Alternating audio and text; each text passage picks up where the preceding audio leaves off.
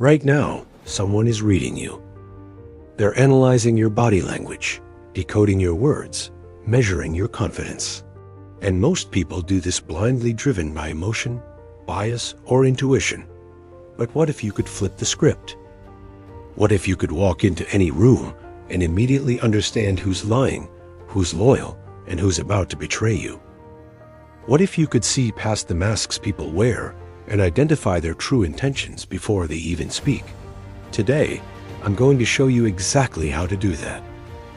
This isn't about becoming paranoid. It's about becoming powerful. It's about protecting yourself, making better decisions, and understanding human nature at a level most people never reach. By the end of this video, you'll have a complete system for reading anyone, anywhere, instantly. Let's begin.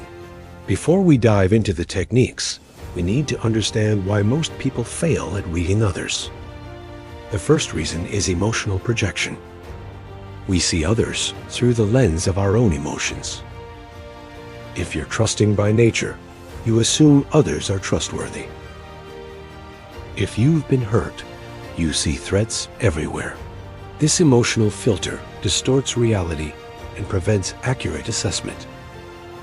The second reason is surface-level observation. Most people only notice the obvious: a smile, a handshake, polite conversation. They miss the micro-expressions, the inconsistencies, the subtle shifts in tone that reveal what someone is actually thinking. The third reason is wishful thinking. We want to believe people are good. We want to trust our friends, our colleagues, our partners. So we ignore red flags, dismiss warning signs, and convince ourselves that everything is fine until it's too late. But here's the truth: human behavior follows patterns. And once you learn to recognize these patterns, reading people becomes as natural as reading words on a page. The key is developing what I call strategic observation, the ability to watch without judgment, listen without bias, and detect patterns without emotion. So let's start building that skill right now. Before we get into specific techniques, you need to understand 3 foundational principles that will transform how you observe people. Principle 1. Actions under pressure reveal truth. Anyone can be kind when things are going well, but pressure exposes character. Watch how someone responds when they're stressed, denied something they want, or placed in an uncomfortable situation. That's when the mask slips. That's when you see who they really are. The waiter test is a perfect example. How does someone treat a server who made a mistake? Do they remain calm and respectful, or do they become dismissive and rude? This single observation tells you more about their character than hours of pleasant conversation. Principle 2. What people hide is more important than what they show. Everyone curates their image. They highlight their strengths and conceal their weaknesses.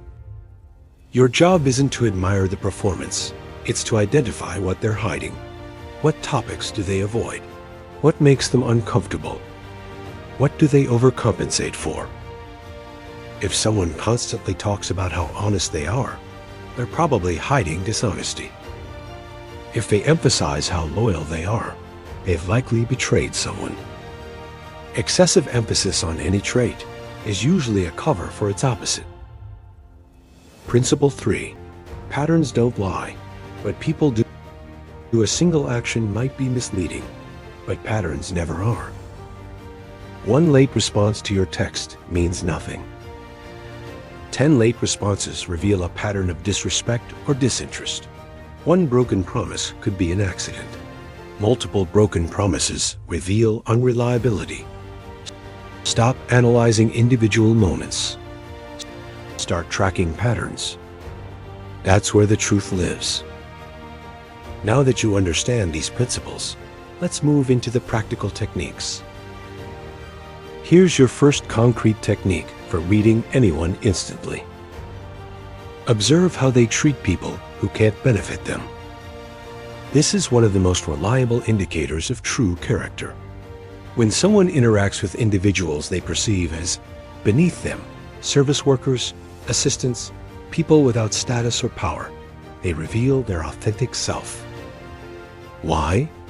Because there's no incentive to fake kindness. There's no strategic advantage to being respectful. So if they're still treating these people well, it's genuine. But if they're dismissive, condescending, or rude to people they see as powerless, that's exactly how they'll eventually treat you once your value to them decreases. How to apply this? When you're getting to know someone new, create opportunities to observe this behavior. Suggest grabbing coffee at a busy cafe. Notice how they speak to the barista. Go to dinner and watch how they treat the server when the order is wrong. These moments are windows into their soul. Don't ignore what you see. Most people fear silence. They fill every gap with words, jokes, or nervous chatter. You can use this to your advantage. When you're trying to read someone, deliberately create pauses in the conversation. After they finish speaking, don't immediately respond. Let the silence sit for 3, 4, even 5 seconds. Watch what happens. Insecure people will rush to fill the void. They'll over-explain, backtrack, or reveal information they didn't intend to share. Confident people will simply wait, comfortable with the pause. But here is where it gets interesting. Even confident people will eventually start talking if you remain silent long enough. And when they do, they often reveal their true concerns, fears, or motivations. The technique works because silence creates psychological pressure. Our brains interpret silence as potential disapproval or judgment. To relieve this discomfort, people instinctively provide more information, often more than they should. Master the art of strategic silence, and you'll be amazed at what people willingly tell you. Want to see someone's true colors? Tell them no. Deny them something small, a favor, attention, agreement with their opinion. Then observe their reaction.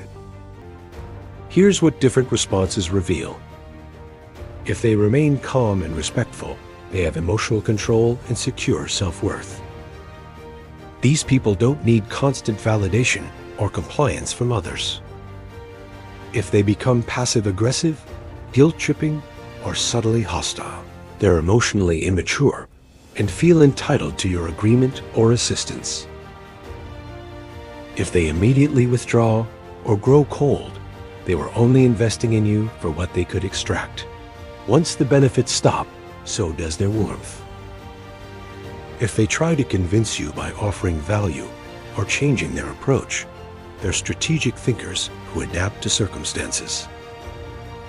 This technique is powerful because it bypasses all the social conditioning people use to appear agreeable. When you say no, you're creating a microcrisis that reveals their default programming. How to implement this? Start small. If someone asks for your opinion, occasionally disagree. If they expect you to always be available, occasionally be busy. If they're used to your approval, occasionally withhold it. The goal isn't to be difficult, it's to create conditions where their authentic response emerges. People lie with their words constantly, but their attention never lies. Where someone directs their focus reveals what they truly value. Here's what to watch for. Are their eyes constantly scanning the room for more important people to talk to? They're status obsessed and see you as a stepping stone, not a person. Do they check their phone repeatedly during your conversation? You're not a priority. You're just filling time until something better comes along. Do they immediately engage with high-status individuals while ignoring everyone else? They respect power, not people. Do they mirror your body language and maintain steady eye contact? They're genuinely interested and trying to build connection. Do they reference things you mentioned in previous conversations? They value you enough to remember details about your life. Attention is investment. We naturally invest our attention in what matters to us. When someone consistently directs their attention away from you, they're telling you exactly where you rank in their priorities. Don't listen to their words about how much they care. Watch where their attention actually goes. This technique is brilliant in its simplicity. Share a small, fabricated weakness with someone and observe how they respond to it. Say something like, "I sometimes overthink situations," or "I used to trust people too easily," or "I'm not always great at confrontation." These statements sound vulnerable, but don't actually expose anything critical about you. Now watch what they do with this information. If they later use it against you, mocking you for overthinking, or exploiting your supposed difficulty with confrontation, they are opportunistic and can't be trusted with real vulnerability. If they completely ignore it and never reference it again, they either didn't care enough to remember, or they're emotionally intelligent enough to not weaponize weakness. If they share a genuine weakness of their own in response, they're seeking authentic connection and feel safe with you. If they immediately try to fix your weakness with advice, they see themselves as superior and want to establish a dynamic where they re the helper and you re the helped. This technique is powerful because it creates a test situation with zero real risk. You're revealing nothing authentic, yet you're gaining critical information about how this person handles vulnerability. Time reveals temperament. One of the fastest ways to assess someone's level of entitlement, patience, and emotional stability is to make them wait. Take longer than usual to respond to a text. Be vague about confirming plans. Delay delivering something you promised, not to be cruel, but to observe. Here's what different reactions tell you. Entitled people panic. They send follow-up messages, express frustration, or try to guilt you into responding faster. They believe their timeline should be your priority. Patient people adapt. They understand that everyone has responsibilities and don't take delays personally. They remain consistent in their tone and demeanor. Manipulative people use the delay against you. They'll make comments designed to make you feel guilty or imply you're being disrespectful. They're trying to train you to respond immediately to their needs. Secure people remain neutral. They don't spiral into anxiety or anger. They simply wait because they don't need constant validation or immediate attention. This isn't about playing games with good people. It's about identifying red flags early. Someone who becomes hostile or manipulative when you're not immediately available will only get worse over time. Envy is one of the most dangerous emotions because it's almost always hidden.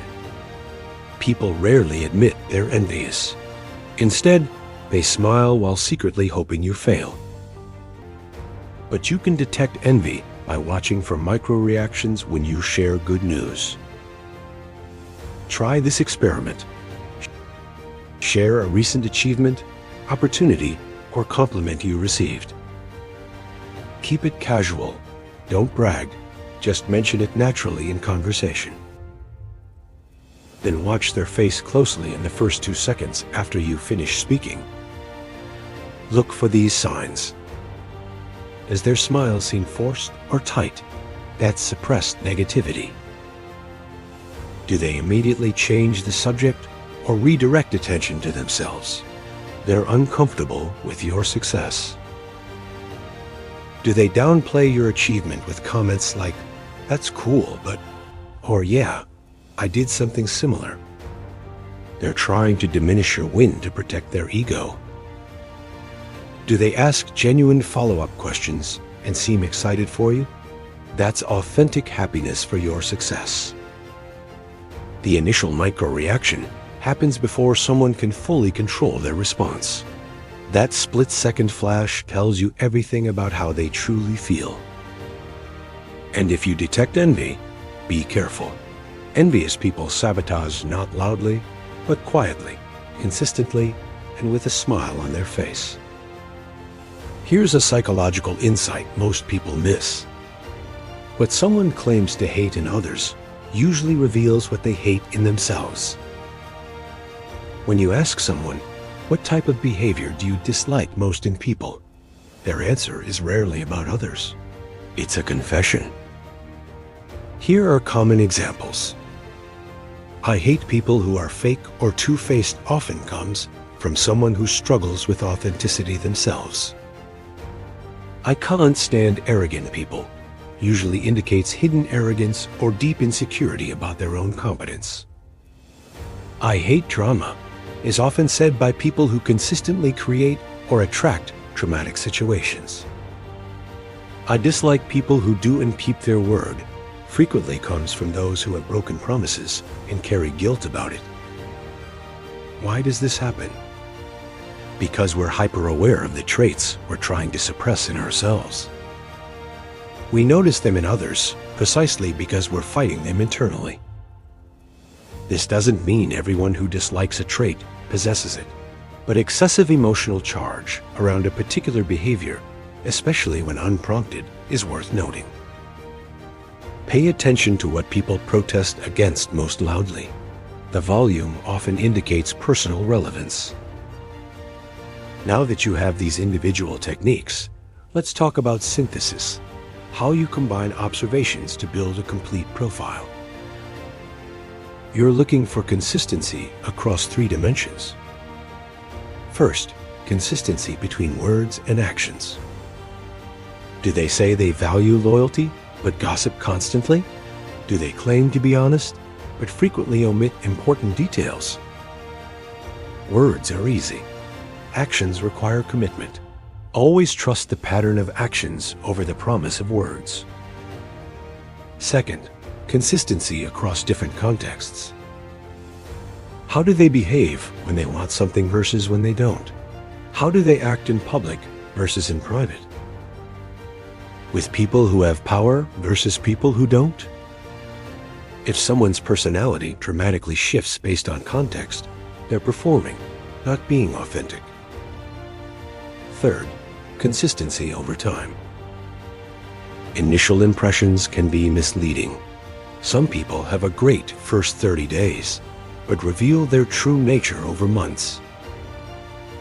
Others are slow to warm up, but become incredibly reliable.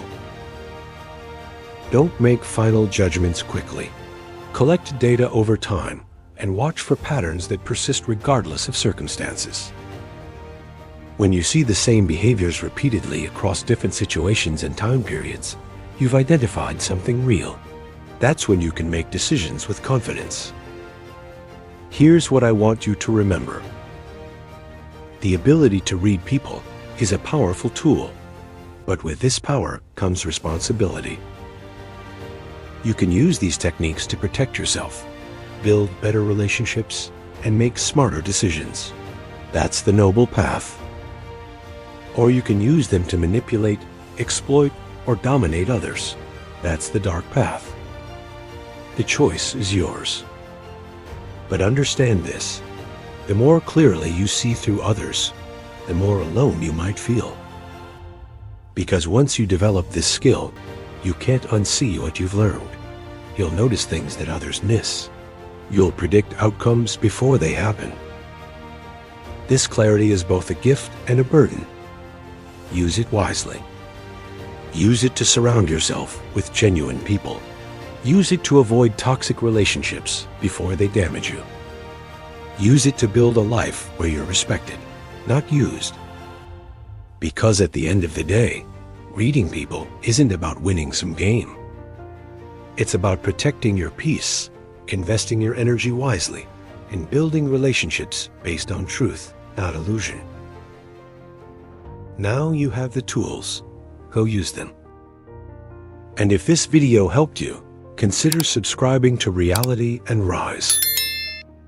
We're building a community of people who think strategically, see clearly, and refuse to live in delusion. I'll see you in the next one.